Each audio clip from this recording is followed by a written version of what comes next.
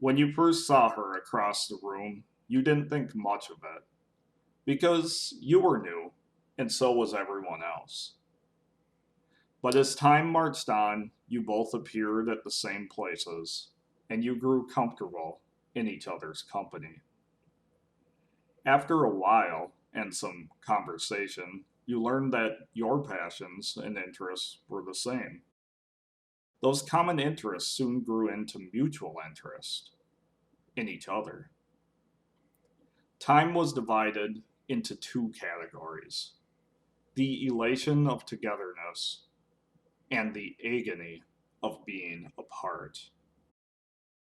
As naturally as breathing, feelings and desires were expressed. Long suspected by both of you, the romance was confirmed. You became exclusive. As you sat with her in an ordinary, everyday moment, you thought about how natural things felt, how content you were, and how this could last forever. But this infinity that you perceived was not mutual. This seemingly endless relationship of bliss was quite finite. Without warning, against your will, it ended. In the dimness of the night and in the darkness of your view of the future, you wondered if your love had come to an end. The reality was, it had yet to begin.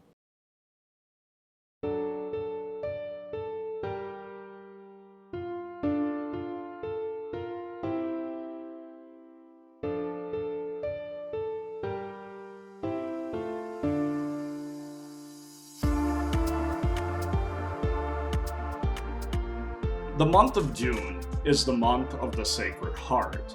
I wanted to create something that would bring attention to this great devotion.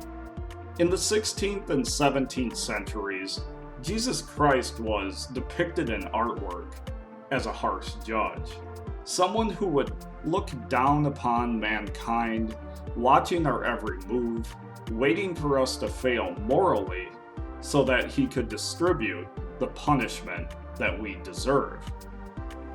This attitude towards Christ was especially prevalent in France. It should come as no surprise to us then that Jesus would choose the French woman, Margaret Mary Alacoque, to spread his message of his Sacred Heart.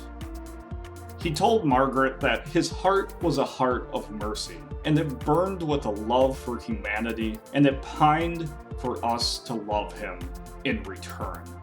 When I see the image of the Sacred Heart, I really can't think of anything that better illustrates love. I have personally felt the burning desire of the flames. I felt the sharpness of the sacrificial wounds.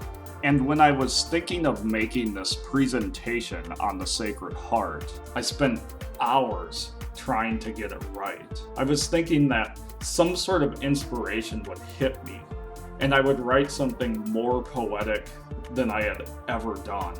But the problem is, love is a mystery.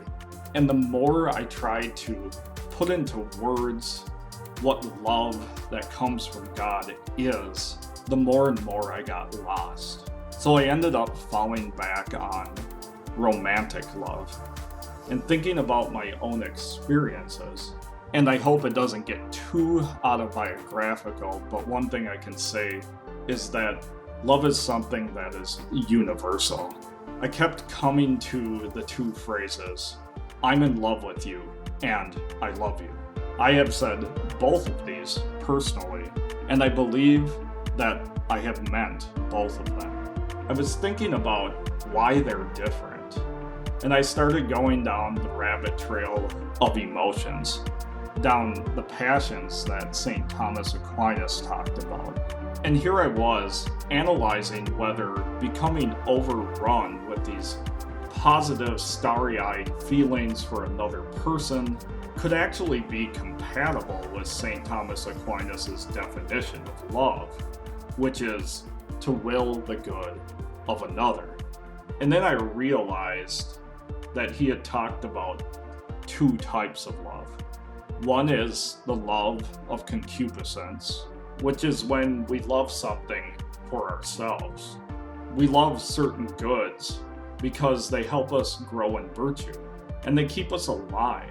After all, it's not bad to love yourself. Then there is the love of benevolence, or friendship. It's when we love some good for someone else's sake. We love others when we participate in this type of love. Now, it can be easy to think that the first of these two types of love isn't as important as the second one, but they're both important. Grace elevates both of them towards God. In the love of concupiscence, we learn to see God as our final good, the only thing that we need. The love of benevolence teaches us that we need to love God for His sake, not for our own sake. When it comes to love, God makes the first move.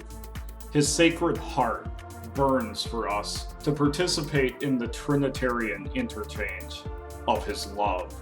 When we say, "I'm in love with you," we recognize the feelings that indicate there is something good. And sometimes we are asked to sacrifice those good feelings to allow the other person to receive from God what is best for them. "I love you," we say, recognizing that those feelings are just a foretaste of what we can expect to share for eternity with that person in the Sacred Heart of our Lord.